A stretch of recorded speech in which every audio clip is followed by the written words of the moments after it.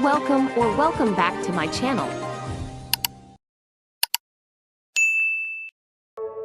Mismong kasal ni na Billy Crawford at Colleen Garcia sa Balasin nang makaranas ng matinding depresyon ang phenomenal box office star na si Vice Ganda.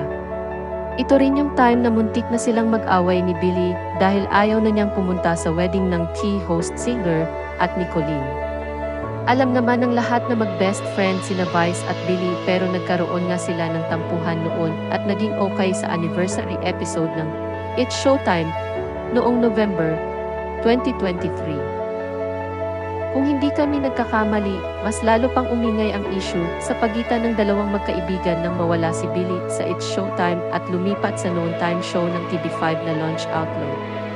Pero all is well that ends well na nga ang drama ng magkaibigan. Sa latest vlog ni Vice sa YouTube, ni-reveal ng kapamilya comedian ang ilang detalye sa muntik nilang pag-aaway ni Billy taon 2018. Guest ni Vice si Eric Santos sa bago niyang content.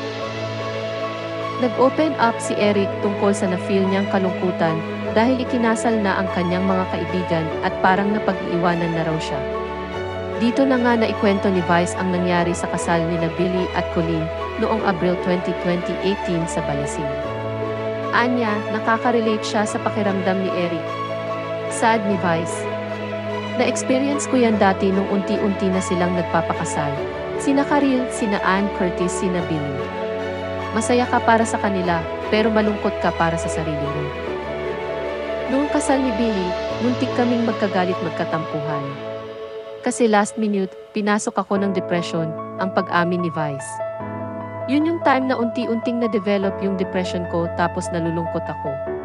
Tapos yung natatakot ako sa papalapit na kasal ni Billy dahil lalo akong nalulungkot, pagbabahagi ni Vice.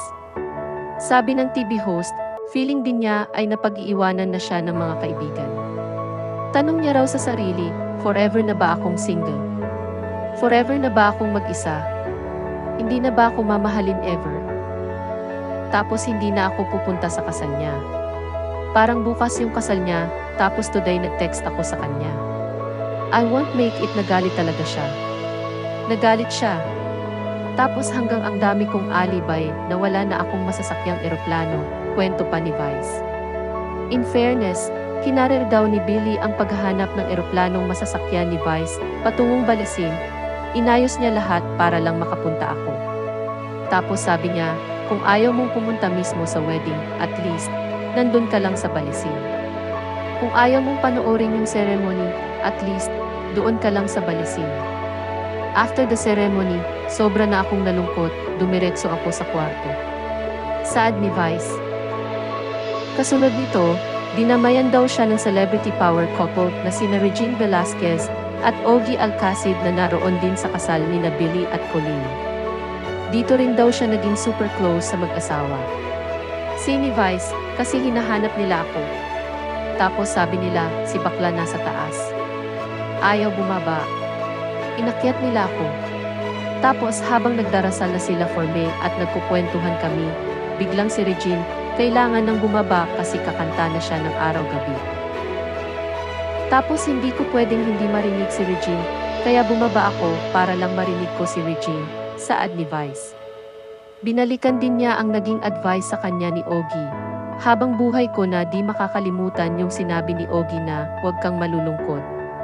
Huwag kang matatakot. Pilitin mong huwag ma-stress. Pilitin mong labanan yung nangyayari sa utak mo. Kasi sinasabi niya, the mind is the playground of the devil. Sabi niya, ang daming bagay na magagandang nangyayari sa buhay mo. Ang daming nagmamahal sa'yo. Ang daming pag-ibig sa puso mo na pwede mong i-share. Pero hindi mo nararamdaman yung beauty nun at saya nun kasi yung demonyo pinaglalaruan ang utak mo. Doon na-develop yung very strong bond and friendship namin nila Regine at saka ni Ogie, sabi ni Vice Ganda.